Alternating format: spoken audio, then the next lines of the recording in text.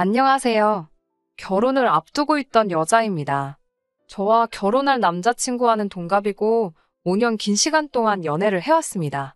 사실 처음 남자친구를 알게 된 건 그보다도 훨씬 일찍이에요. 재수학원에서 처음 만나게 되었고, 그때도 같은 대학교를 목표로 하고 있는 저와 남자친구 둘 다 서로에게 관심이 있었는데, 연애한다고 공부를 미뤄둘 수는 없어서 결국 만남까지 성사가 되지는 않았어요. 저는 재수해서 바로 제가 원하던 대학에 갈 수 있었고, 재수에 실패한 남자친구는 좋은 대학 들어가고 싶은 욕심에 1년 더해서 삼수까지 했습니다. 어쨌든 남자친구는 결국 보란 듯이 저와 같은 대학에 들어오게 되었고, 그때도 서로 자주 시간을 보냈지만 군대가 걸려 있어서 연애까지 발전하지는 못했습니다. 그리고 남자친구가 전역을 하고 난 뒤에는 저는 졸업반이었고, 남자친구는 아직 2학년이었어요. 저는 그때 따로 만나던 남자친구가 있었는데 결국 지금의 남자친구와 이어지게 되었네요. 군대에 가버리면 저를 놓칠 수도 있을 것 같다는 생각에 저 때문에 억지로 군대를 미루고 미루다가 입대했다고 나중에서야 털어놓더라고요. 그런데 덕분에 복학 시기도 제대로 맞추지 못해서 남자친구는 입학도 늦었는데 졸업도 애매하게 늦게 했어요. 먼저 졸업한 저는 졸업 후 1년 뒤에 취직에 성공했고, 그 뒤부터는 연애를 하면서 남자친구 취업 뒷바라지를 해줬어요. 결국 남자친구는 대학교를 졸업하고 얼마 전 원하는 직장에도 들어가게 되었습니다. 저랑 같이 있기 위해 노력한 결과라고. 다 제가 있는 덕분에 원하던 대학에도 들어갔고 원하던 직장에도 들어가게 되었으니 제가 행운의 여신이나 마찬가지라고 말하며 프로포즈를 해왔습니다. 직장도 안정적이고 급여가 좋은 회사였고 남자친구 말대로 저랑 함께하기 위해 이렇게 노력을 해온 사람이니 결혼하면 저도 분명 행복하게 해줄 거라는 생각에 프로포즈에 응했어요. 그런데 프로포즈 받은 행복도 잠시. 결혼 준비하면서 이런저런 일 때문에 답답해 이렇게 사연 적어봤습니다. 예비 시부모님 처음 인사드리러 간 날이었어요. 외식을 하면 좋았겠지만 또다시 코로나가 유행을 하면서 방역수칙이 깐깐해져서 예비 시부모님 집에서 만남을 가졌습니다. 식사가 끝나고 어색한 분위기가 이어지는 가운데 텔레비전에서 요즘 하고 있는 사극 재방송이 나오더라고요. 낯가림 때문에 어색했던 상황인지라 다들 텔레비전만 보면서 시간 보내고 있었는데 아버님께서 저것 좀 보라고 여자가 탐욕스러우니 자식이 아버지 알기를 우습게 알고 형제끼리 칼부림을 하는 게 아니겠냐는 말을 하면서 예로부터 여자가 져줘야지 평화롭고 남자가 잘 된다는 이야기를 하시더라고요. 암탉이 울면 집이 무너진다는 말이 괜히 있는 게 아니라고 하면서 엄청 재밌는 말을 하신 것 마냥 혼자 껄껄 웃으셨어요. 안 그래도 어색한 자리였는데 그 말씀에 분위기까지 이상해지고 아버님께서는 누구에게라도 자기의 뜻을 동의를 받아야 했는지 어머님 옆구리를 발로 쿡쿡 찌르면서 내 말이 맞지? 하고 재차 확인을 하시더라고요. 어머님께서는 마지못해 그렇다고 해주셨고요. 아무리 자리가 어색한 상황이었다고 할지라도 그래도 첫 만남인데 구태여 저한테 저런 말씀을 하시는지 이해가 안 됐습니다. 그렇다고 제가 남자친구 잡을 듯이 하는 행동 한 번 한 적도 없고 티낸 적도 없는데 말이에요. 일부러 저러시나? 혹시 벌써부터 제 길을 누르시려고 그러나? 그런 생각이 들었습니다. 그래도 제가 할 말은 다 하고 사는 성격인데 아무렴 기분 나쁜 말을 들었다고 할지라도 예비 시아버지 되실 분인데 아버님 재미없는 농담에 말대꾸는 하지 않았지만 그래도 동의도 하지 않고 그냥 가만히 앉아 있었습니다.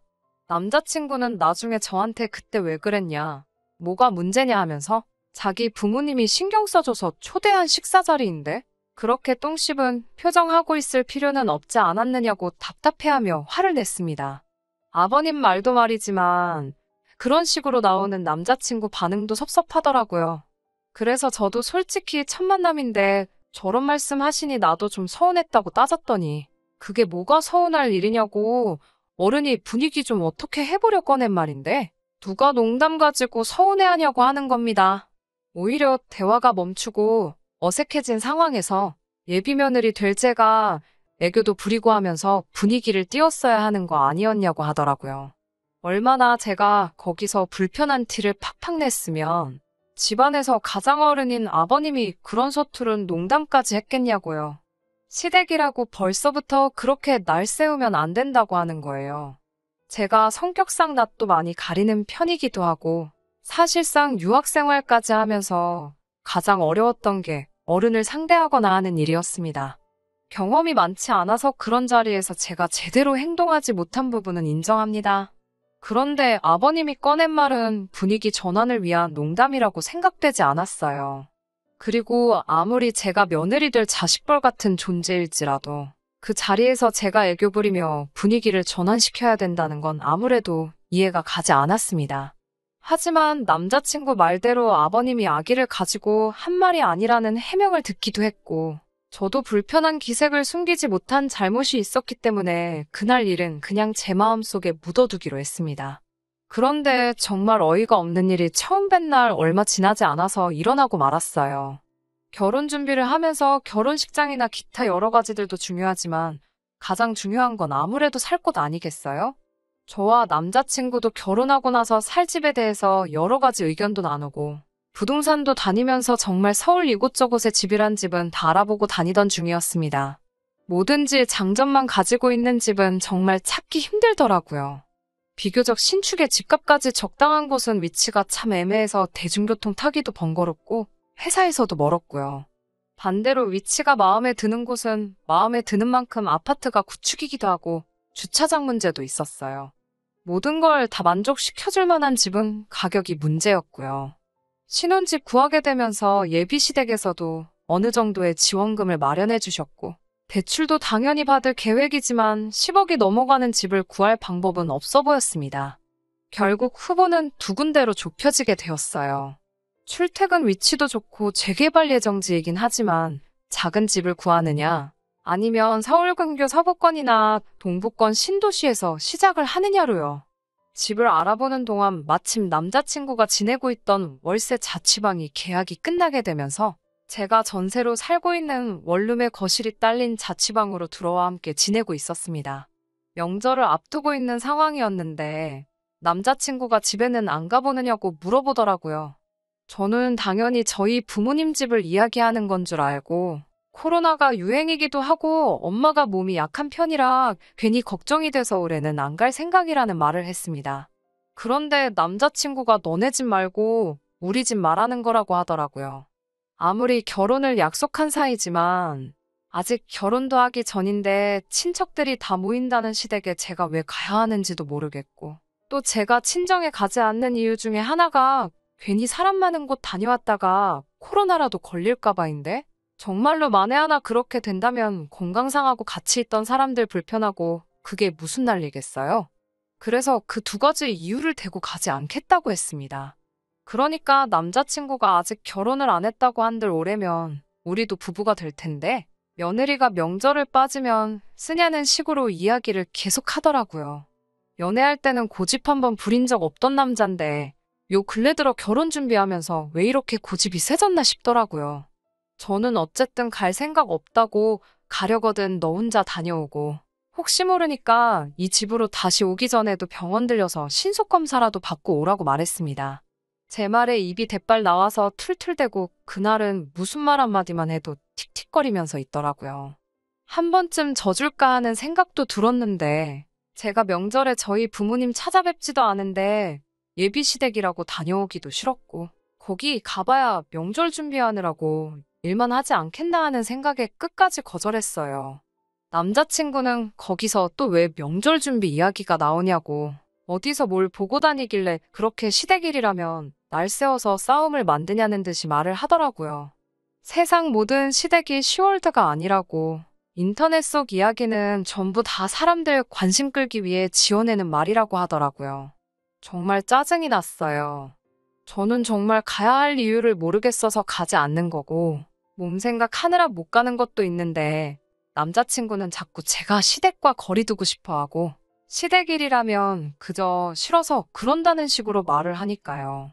원래는 저녁마다 인터넷으로 아파트 알아보고 신혼집 인테리어며 가전제품 같은 거 같이 찾아보는 게 일상이었는데 한동안은 그런 것도 안 하고 밥만 같이 먹고 말은 서로 하는 둥 마는 둥 하고 지냈죠. 그리고 그렇게 명절날이 되었습니다. 그렇게 시댁에 가야 한다고 노래 부르던 남자친구도 정작 명절 연휴 시작됐는데도 집에 그대로 있더라고요. 저도 그렇고 남자친구도 회사를 안 가니 집에 하루 종일 붙어 있어야 되는데 서로 말 한마디도 안 하고 있기도 그렇고, 그렇다고 방 한 개짜리 좁아터진 집인데 분리된 공간도 방 말고는 따로 없고 불편하게 있어서 뭐 하겠냐는 생각에 영화나 한 편 같이 보자는 생각으로 제가 먼저 말을 건넸습니다. 남자친구는 대꾸를 하는 둥 마는 둥 있다가 같이 영화를 보기 시작했어요. 한참 영화를 보고 있는데 남자친구한테 전화가 오더라고요. 전화 받고는 혼자 말도 없이 신발 신고 밖으로 쑥 나가길래 뭐에 저렇게 삐져가지고 저러나. 먼저 화해하자고 나선 제가 바보 같다는 생각을 했어요. 그런데 남자친구가 5분도 안 있어서 다시 집으로 들어왔는데 혼자 온 게 아니더라고요. 시부모님이 저희 집으로 따라 들어오시더라고요. 저는 이 집에 올 거라고 생각도 못한 두 분이 오시니 정말 깜짝 놀랐죠. 웬일로 오셨냐고 쭈뼛거리면서 서 있었는데 아버님이 나서서는 우리 예쁜 며느리가 시댁 오는 거 힘들다고 해서 이렇게 본인들이 직접 왔다고 하시더라고요. 이런 시부모님 본 적 있냐고 자화자찬을 하시는데 저는 놀란 마음도 잠시 어이가 없고 짜증이 나기 시작했더라고요. 오시면 오신다고 저한테 미리 말 한마디 안 해준 남자친구한테도 화가 많이 났고요. 집이라고 10평 남짓한 곳인데 시부모님 두 분까지 계시니까 집이 아주 좁아 터지더라고요. 어머님이 남자친구한테 차에 좀 다녀오라고 차키를 건넸는데 남자친구가 양손 가득 장바구니 들고 집으로 다시 들어왔습니다. 저게 다 뭔가 싶었는데 어머님이 저한테 같이 제사 음식을 하자고 하시더라고요. 그러고선 아버님이 바로 말을 이어서 하시기를 이제 우리 장남이 결혼을 했으니 제사를 물려줘야 하지 않겠냐며, 결혼하고 나면 이제 저희 신혼집에서 저희가 도맡아서 제사를 지낼 테니 연습한다 생각하고 시어머니한테 음식 잘 배우라고 하시네요. 제가 그걸 왜 하냐고 그 자리에서 따질 수는 없으니 혼자 해서는 안 되겠다 싶어 그러면 남자친구도 같이 하면 좋겠다고 했죠. 그랬더니 남자친구가 음식은 원래 여자가 하는 거라고 하면서 빼더라고요. 아버님도 어머님도 남자친구 헛소리에 한마디 하시는 게 아니라 사내대장부가 부엌에 들어가면 못 떨어진다고 남자친구는 방에 들어가서 쉬고 있으라고 하더라고요. 그래서 음식을 하기 시작했는데 손이 크신 건지 뭔지 제사상에 올리는 음식이 나중 가면 결국 집에 두고 먹는 반찬이 되는 거잖아요. 그럼 4명이서 제사 지내고 먹을 정도만 하면 되지. 얼마나 전을 부치고 싶으셨는지 장바구니 안에는 1kg짜리 부침가루가 3개가 넘게 들어있더라고요. 진짜 속상했어요. 전셋집이기는 하지만 내 집이다 생각하고 매일같이 꼼꼼히 청소해가며 관리하던 집인데 가스불도 아니고 인덕션 2구짜리로 좁아터진 주방에서 전을 어떻게 부치냐 했더니 그럴 줄 알고 집에서 전기 프라이팬도 가지고 왔다고 남자친구 시켜서 또 차에서 가지고 오라고 하시더라고요. 어머님이랑 붙어있기 싫어서 저는 주방에 서서 인덕션으로 전 부치고 어머님은 바닥에 자리 깔고 하시는데 신문지도 안 깔아놓고 하시면서 기름은 여기저기 팡팡 튀고 있고 나중에 청소하는데 아주 고생했어요. 아무튼 몇 시간 동안 그렇게 겨우겨우 제사 음식 끝내놨더니 아침에 일찍 차례 지내야 한다고 오늘은 주무시고 가시겠다는 거 아니겠어요? 어머님한테 보시다시피 집이 좁아서 주무실 만한 공간이 없다고 말씀드리니 자기들은 거실 아무 데서나 자면 된다고 하시더라고요. 그런데 남자친구가 또 나서서는 부모님을 바닥에서 주무시게 할 생각이냐며 제 방에 침대까지 양보해 드려야 했어요. 그 와중에 아버님은 당연하게 씻지도 않고 양말도 그대로 신으신 채로 침대 위에 올라가시고 정말 미치고 팔짝 뛰는 줄 알았네요. 여기서 끝이었으면 그냥저냥 예비 시부모님 돌아가시고 나서 남자친구한테 한 소리하고 끝냈을 수도 있을 일이었는데 이건 그냥 시작에 불과하더라고요. 다음날 새벽에 어머님이 저를 또 깨우시더라고요. 여기는 주차를 어디다가 해야 되냐고 물으시길래 주차하신 거 아니냐고 물었더니 우리 차 말고 라고 말하면서 친척분들이 오셨다는 말을 하시더군요. 친척들이라니 무슨 소린가 했는데 저희 집에서 차례 지낸다고 시댁 친척들을 여기로 다 부르셨다고 하십니다. 그 소리에 이건 또 무슨 일인가 싶어서 또 표정 관리를 못했나 봐요. 그랬더니 아버님이 옆에서 저한테 겸사겸사 우리 예비 며느리 소개도 하고 자랑도 하고 싶으셨다고. 결혼하기 전에 친척들한테 얼굴 한 번씩 비추고 인사 한 번 드려야 되는데 겸사겸사 한 번에 하게 되었으니 저한테는 번거로울 것 없어 좋은 일 아니겠냐고. 이렇게 며느리 챙겨주는 시부모가 또 어디 있겠냐며 노스레를 떠는데 솔직히 예비 시부모님만 아니었으면 진짜 주먹이라도 나갈 뻔했어요. 그 시점부터 정말 온갖 시댁 친척들이 하나둘씩 집안으로 들어오는데 써있을 자리도 없을 정도로 정신이 없더라고요. 차례 끝나고 나니 상 차려놓고 밥 먹을 자리는 안 나오니까 전날에 정말 그렇게 많이 부친 전들 다 비닐봉지에 담아서 한 봉지씩 손에 쥐어주고 보내는데 정작 전 부친 건 거의 저 혼자 다 한 것 같은데 저희가 먹을 건 하나도 없었습니다. 남편은 그 와중에 친척형들하고 술 한잔 마시고 온다고 밖으로 나가고 십수명의 사람들이 휩쓸고 간 저희 집은 엉망이 되었는데 치울 생각하니 한숨조차 안 나오더라고요. 그리고 혼자 신나서 술 잔뜩 처먹고 온 남자친구하고 정말 대판 싸웠어요. 이 좁아터진 집에 그 많은 사람을 부를 생각을 다 하냐고. 결혼 전이라 시댁 안 간다는 말에 삐져가지고는 무슨 사람 먹이려고 어디 작정하고 버린 일이냐고. 10년을 알아오고 5년간 연애한 그 사람하고 똑같은 사람이 맞냐? 사람이 갑자기 변한 거냐 아니면 여태껏 본성을 숨겼던 거냐? 정말 파혼까지 할 기세로 속에 담아두었던 말 전부 다 꺼내서 했습니다. 파혼 이야기까지 오가기 시작하니 그제서야 남자친구가 무릎을 꿇고 저한테 빌더군요. 시부모님 말이 여태껏 자기가 저를 쫓아다녔다는 사실에 결혼하면 주도권은 저한테 있겠다 뭐 이런 말씀을 하셨다나요. 그래서 일부러 더 세게 나왔다고 합니다. 본심은 아니었다고요. 여태껏 제가 알던 사람으로 돌아올 테니 한 번만 용서해달라고 빌더라고요. 그놈의 정 때문인지 정말 자초지종 처음부터 끝까지 설명하고 싹싹 비는 모습에 마음이 약해져서 사과를 받아줬습니다. 그냥 받은 건 아니에요. 시부모님이 그렇게 나오셨다는 사실이 신경이 쓰였고 주도권 이야기로 뒤에서 남자친구를 조종했다는 사실은 용서가 되지 않았어요. 어차피 결혼하면 시부모님하고 사는 거 아니니까 적당히 할 도리만 하고 거리 두고 지내면 된다고 생각했죠. 얼마나 아니란 생각이었는지 참 후회가 되네요. 결혼하면 제사 물려받을 생각 없다. 혼인신고는 곧바로 하지 않고 지켜보다가 정말 약속들을 지키고 있는 것 같으면 그때 가서 하겠다고요. 당연히 시댁에 방문하는 건 남자친구 혼자서만 하기로 약속받았고 신혼집의 경우에는 남자친구의 명의로 해주되 제가 모은 돈이나 친정지원금 한 푼 들이지 않기로 했어요.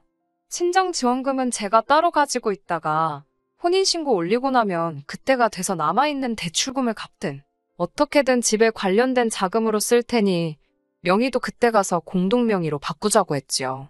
그렇게 폭풍 같은 날이 지나고 남자친구도 다시 원래 모습으로 돌아온 듯 했고 그 이후로는 예비 시부모님과도 적당히 거리 두고 지내며 결혼 준비 관련된 부분에서만 전화로 이야기한다던가 하는 식으로 지내고 있었습니다. 그리고 결국 파혼하게 되었어요. 바로 얼마 전 이야기입니다. 남자친구가 그때쯤부터 약간 정신 빠져 있고 넋나간 사람처럼 지내고 있었어요.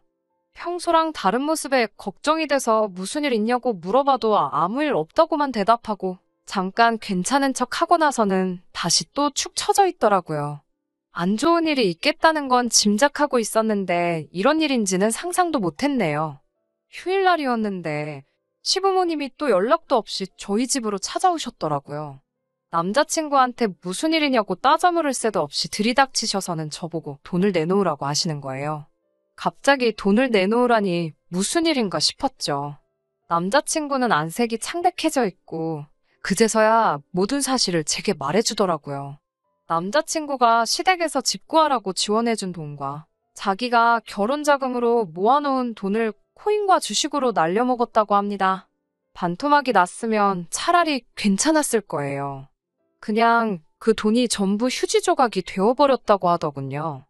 저도 정신이 아찔해져서 이게 무슨 일인가 정신이 없어 있는데 아버님이 여자 잘못 들여가지고 아주 집안 꼴을 말아먹는다고 성질을 부리시더라고요.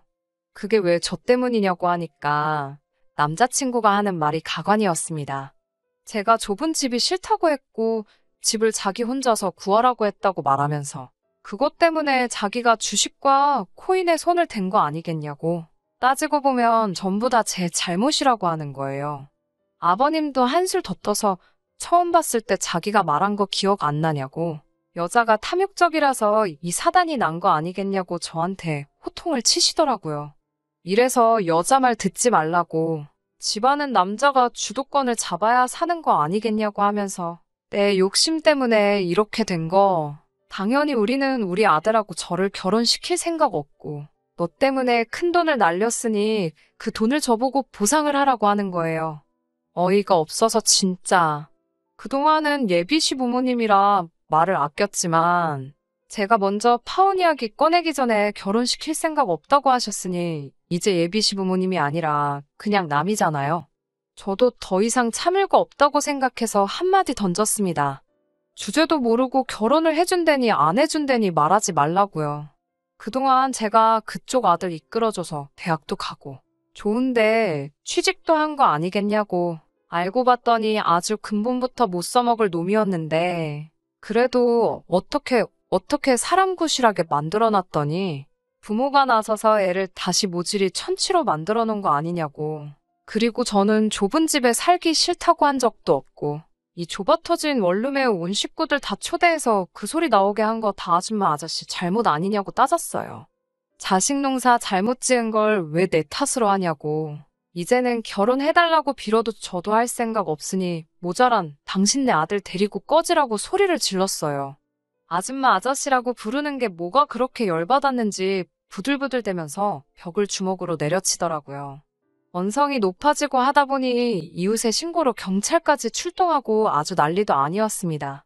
얼마 전 법원에 접근금지 가처분 신청을 보내놓은 게 인용 결정이 되어서 남자친구를 포함한 그 집 식구들 전부 제 근처에는 얼씬도 못하게 되었어요. 돈 문제야 당연히 자기가 날려먹은 건데 제가 어떻게 해줘야 할 이유도 없고요. 파혼하게 된다면 가부장적인 시부모님 때문에 하게 될 거라 생각했는데 결국 남자친구 본인의 손으로 뒤집어지게 되었네요. 만약 정말로 돈을 날렸다고 한들 저에게 솔직하게 말하고 처음부터 다시 시작했다고 말했으면 지금 살고 있는 좁아터진 제 전셋집에서라도 둘이 시작했을 수도 있었을 거예요. 그만큼 저도 그 사람에 대해서 진심이었고 정말 좋은 점만 보려고 했는데 차라리 이렇게 끝나버린 게 천만다행이라는 생각이 드네요. 부모님 말을 잘 듣는 것도 좋지만 스스로 판단하고 결정할 수 있는 사람이 되는 것도 중요하다고 생각합니다. 괜한 기싸움 하지 말고 서로 대화로 풀어나가는 것도 중요하다고 생각해요. 저는 결국 파혼하게 되었고 그동안 함께한 시간을 날리게 되었지만 남자친구도 그 시간과 더불어 여태 모아온 돈과 자기 부모님 재산까지 날려먹었으니 그걸로라도 위안 삼으려고요. 끝까지 들어주셔서 감사합니다. 오늘의 사연은 여기까지입니다. 구독과 좋아요, 알람 설정 부탁드리고 더 좋은 사연으로 다시 찾아뵙겠습니다. 감사합니다.